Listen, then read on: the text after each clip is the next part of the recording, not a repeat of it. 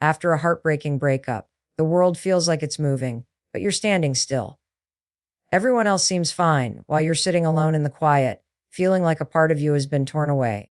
And yet, the one thing we're taught to do in these moments is to stay strong and move on. But healing doesn't happen through pretending. Healing begins when you allow yourself to feel, to fall apart, to cry without guilt, and to grieve without shame. Grief isn't just for death, it's for endings. It's for letting go of something you loved, something you believed in.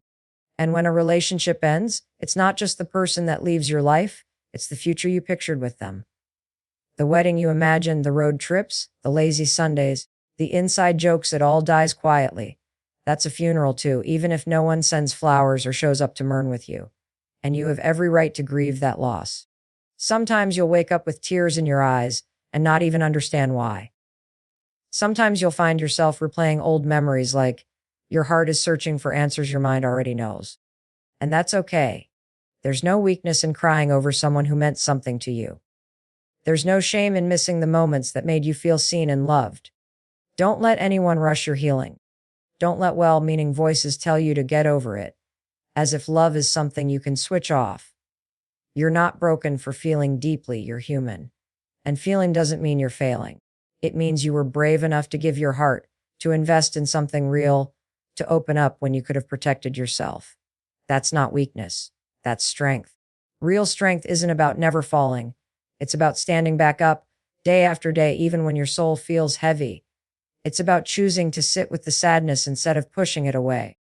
Because when you sit with it long enough, it starts to loosen its grip on you. Tears are not signs of defeat. They are evidence that you cared, that you tried, that it mattered, and caring deeply is never something to regret. In fact, it's one of the most beautiful things about being alive. So if today hurts, let it hurt.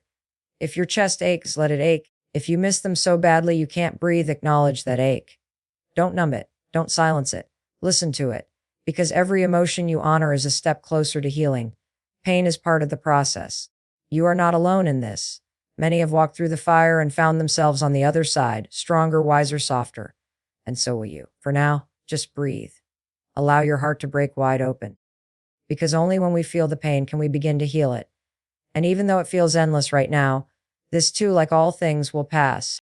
One of the most haunting parts of a breakup is the desperate search for closure.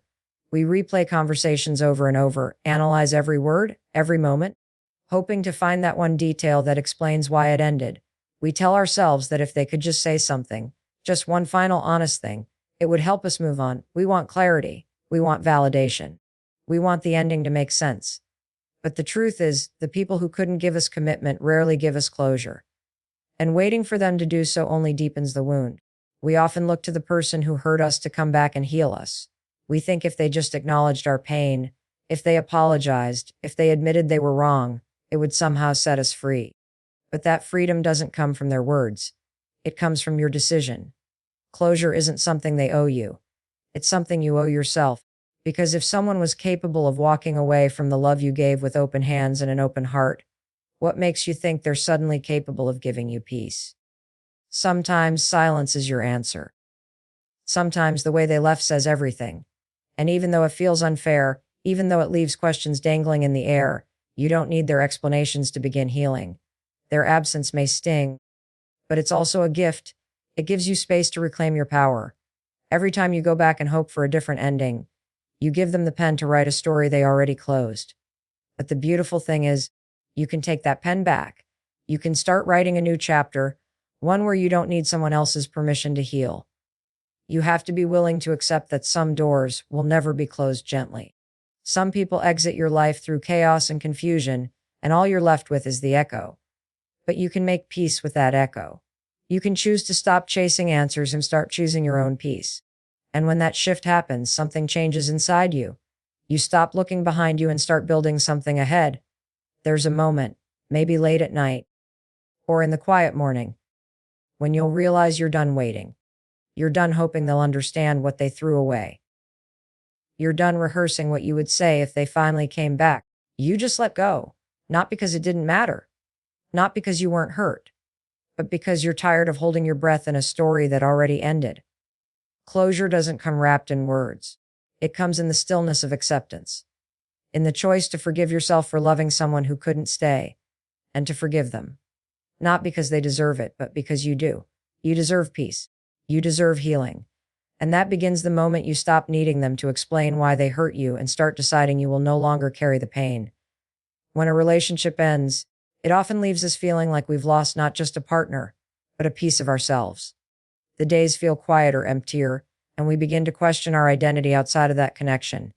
Who am I without them? What do I like? What do I believe in? What do I want now that they're gone? The truth is, when we fall in love, we tend to merge pieces of our identity with the person we love.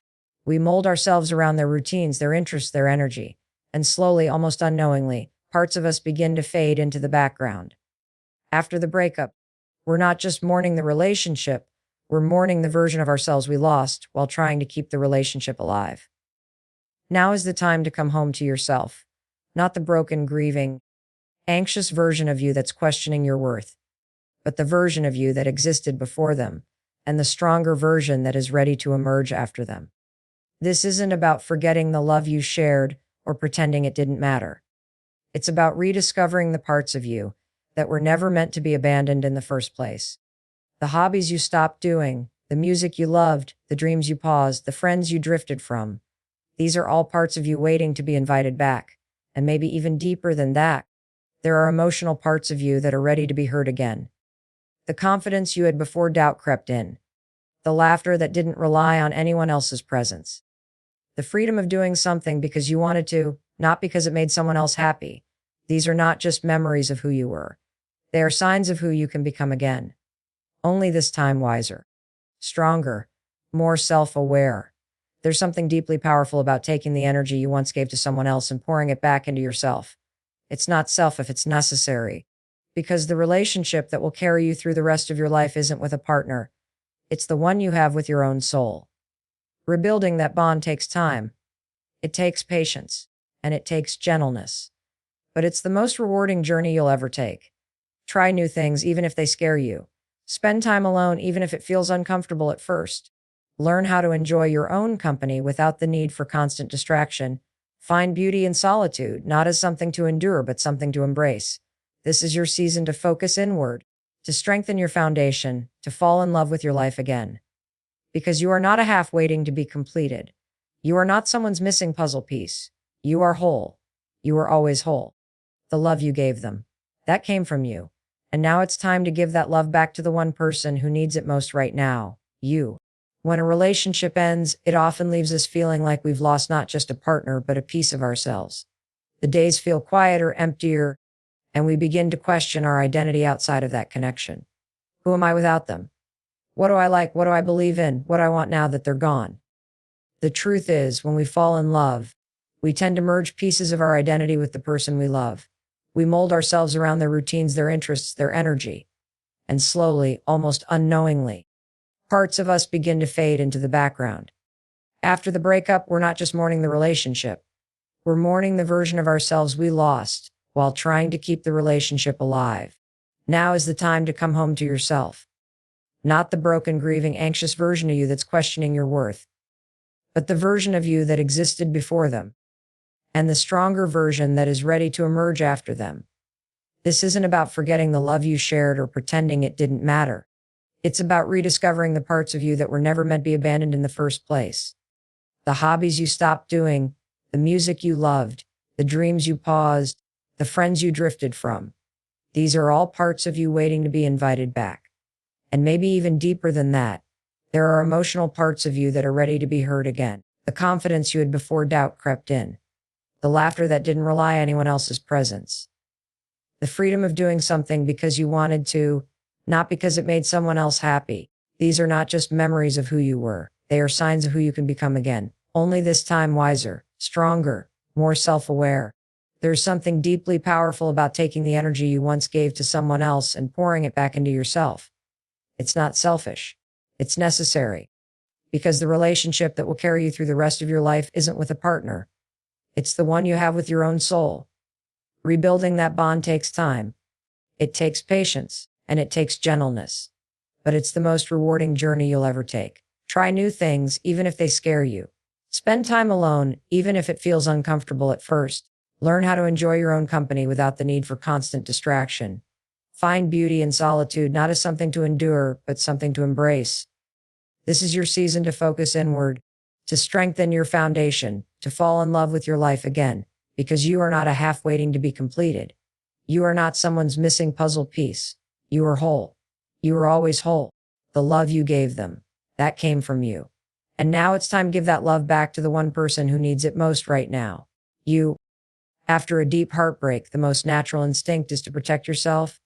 You've just been wounded, and the idea of opening your heart again feels terrifying. You may find yourself saying things like, "I'll never let anyone get that close again," or "Love just isn't worth the pain." It's a self-defense mechanism. We build walls around our hearts thinking they'll keep the hurt out. And maybe, for a while, they do. But what we don't realize is that those same walls don't just keep the pain away, they keep the joy out too. You didn't get hurt because you loved. You got hurt because the wrong person didn't love you back in the way you deserved. And there's a difference. It's easy to blame love itself and vow to stay distant, emotionally guarded, unavailable. But the truth is, love was never the enemy. Love was what made you courageous. It was what made you vulnerable, open, and real. It was the greatest thing you had to offer. The problem wasn't that you gave too much. It was that they didn't know how to receive it. Don't let that pain convince you that your heart is a liability. It's not. Your ability to love, to feel deeply, to give wholly, that's your superpower. And yes, heartbreak bruises you. It leaves marks you carry for a long time. But those marks aren't signs of weakness. They're reminders that you were brave enough to care.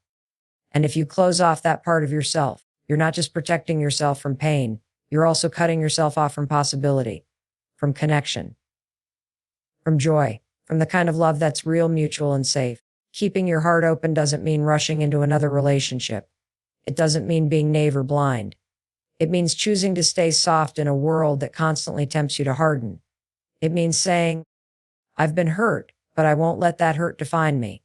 Because the moment you allow your pain to shut you down, they win. Not the person who hurt you, but the fear that followed. And fear has no place in the life you're trying to rebuild. Staying open means trusting that not every love will break you. It means believing that there are people out there who will hold your heart with care, who will meet your vulnerability with respect, who will see your emotional depth as a gift, not a burden. It means allowing life to surprise you again. It means knowing that your past may shape you, but it does not own you. So let yourself heal. But don't let healing turn into hiding. Don't let strength turn into coldness. Let yourself feel deeply again. Not because you're reckless, but because you're hopeful, because you've learned, because you've grown, and because you still believe that the kind of love you gave is possible. Not just possible, inevitable once you give it to the right person. But to find that person, you have to be willing to love again. And that begins with believing that your heart is still worth opening. There comes a moment in the aftermath of heartbreak where you're standing at a quiet, invisible crossroads. It doesn't announce itself with clarity, but you feel it in your bones. In the stillness of your mornings, in the long nights when you're no longer crying but not yet at peace. It's the moment where you have to choose, and will this pain make you bitter, or will it help you grow? Bitterness is easy. It's seductive. It gives you something to hold on to when everything else has been stripped away. It convinces you that staying angry, closed, and cynical will somehow protect you from ever being hurt again. You start to believe that all love is temporary, that vulnerability is a trap, and that you were foolish for opening your heart. But the truth is, bitterness is just prolonged suffering. It's pain dressed up as armor, and it robs you of joy long after the person who caused the hurt is gone.